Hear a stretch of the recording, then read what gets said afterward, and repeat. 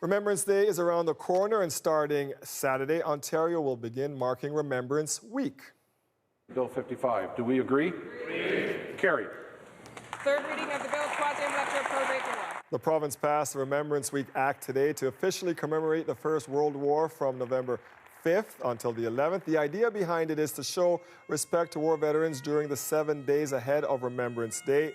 It culminates on November 11th with 2 minutes of silence as we remember our war veterans. Tonight, we want to introduce you to one of them. He served not only in the First World War, but in the Second, too. It was a time when his skin color would have meant he was segregated, but as Ali Chiasson explains, Henry Thomas Shepard wasn't.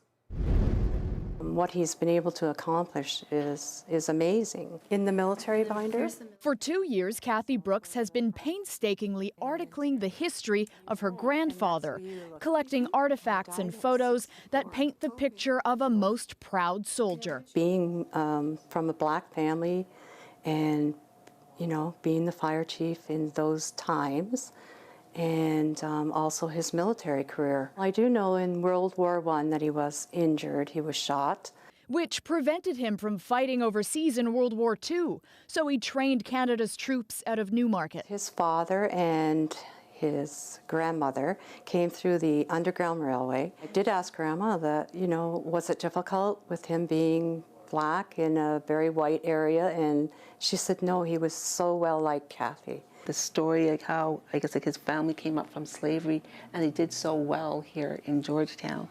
It was awesome. Kathy Grant, an historian of Black history, recently came across records of 1,000 others, like Shepard, who managed to fight amongst white soldiers. And many of them were told it was a white man's war. And they mostly fought in the segregated No. 2 Construction Battalion. In addition to Henry Thomas Shepard, there's someone by the name of James Post, who enlisted at 15 in Ottawa, and he got the Distinguished Conduct Medal.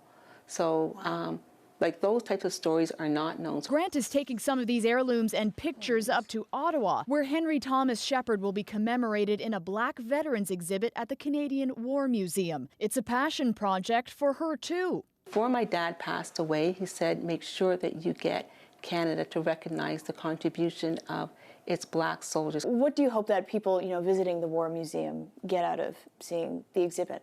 I'm hoping that it's actually taught to children that you can be anything you want in life. Ali Chiasson, CBC News, Georgetown.